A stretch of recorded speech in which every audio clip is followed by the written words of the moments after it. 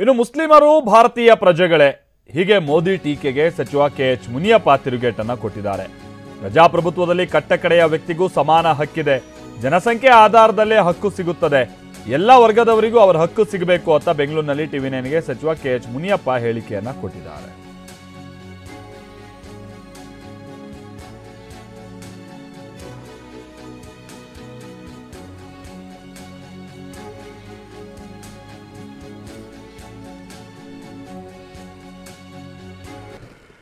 ಪ್ರಜಾಪ್ರಭುತ್ವ ವ್ಯವಸ್ಥೆಯಲ್ಲಿ